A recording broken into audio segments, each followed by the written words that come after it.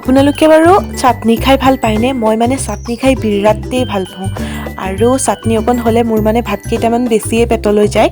আজি মই এটা নতুন চাটনি বনাম, নতুনকৈ শিকিছোঁ, সেইবাবে আপোনালোককো শিকাই দিওঁ। প্ৰথমতেই চাটনিটো বনাবলৈ আমাক লাগিব ভজা মাছ, মানে চাটনিটো যিহেতু মাছৰেই হয়। এয়া চাওক, মই 2 পিচ ভজা মাছ লৈছোঁ। এইফালে মই অলপমান মান ধনিয়া কুটি লৈছোঁ আৰু এয়া হৈছে আদা, নহৰু, জলকীয়া আৰু কালজিৰা। এইখিনি বস্তু সাধাৰণতে আমাৰ ঘৰত থাকেই, আপোনালোকৰ ঘৰতো থাকিবই। এই বস্তুখিনিৰ লগতে এই মাছ 2 পিচো আমাৰ ঘৰলৈতো মাছ আনিয়ে থাকে, আপোনালোকৰ ঘৰলৈও আনে, গতিকে চাটনিৰ বাবে এপিচ বা 2 পিচ মাছ আমি বেলেগকৈ ৰাখি দিব পাৰোঁ।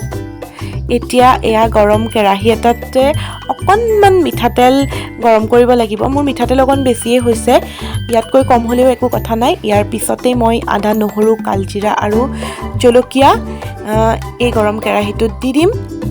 তাৰপিছত অকণ সময় ভাজি থাকিম। এয়া চাওক, মই দি দিলোঁ।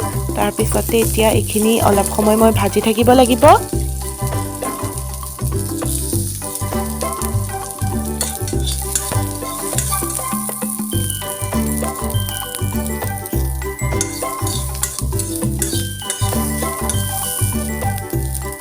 এইখিনি ভাজি হৈয়ে যাব এতিয়া। ইয়াৰ পিছতে মই যিহেতু মাছৰ ফিচা লৈছিলোঁ, গতিকে কাঁইটকেইডাল মই আঁতৰাই ল'লোঁ। আপোনালোকেও মাছৰ ডাঙৰ কাঁইটকেইডাল আঁতৰাই ল'ব।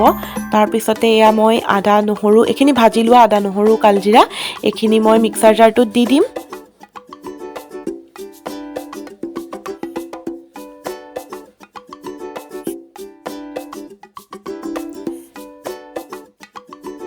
কুটি থোৱা মান ধনিয়াখিনিও এইবাৰ মিক্সাৰ জাৰটোত দি দিম।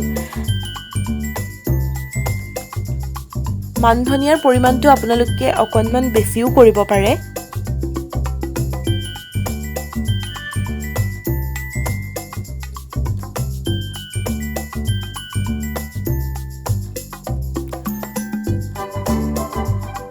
মাছটো ভাজোঁতে নিমখ দিছিলোঁ, তথাপিতো অকণ কম হ'ব, সেইকাৰণে মই নামমাত্ৰ নিমখ ইয়াতে দি দিলোঁ। আৰু ইয়াতে আপোনালোকে বেছি পানী নিদিব, পানী দিলেও 1 চামুচ বা 1.5 চামুচমান পানীহে দিব।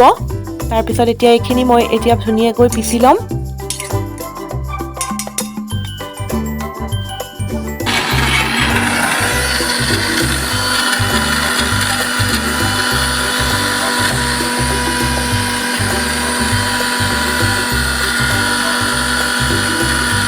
চাটনিখিনি পিচি হৈ যাব এতিয়া মই খুলি চাম কেনেকুৱা হৈছে।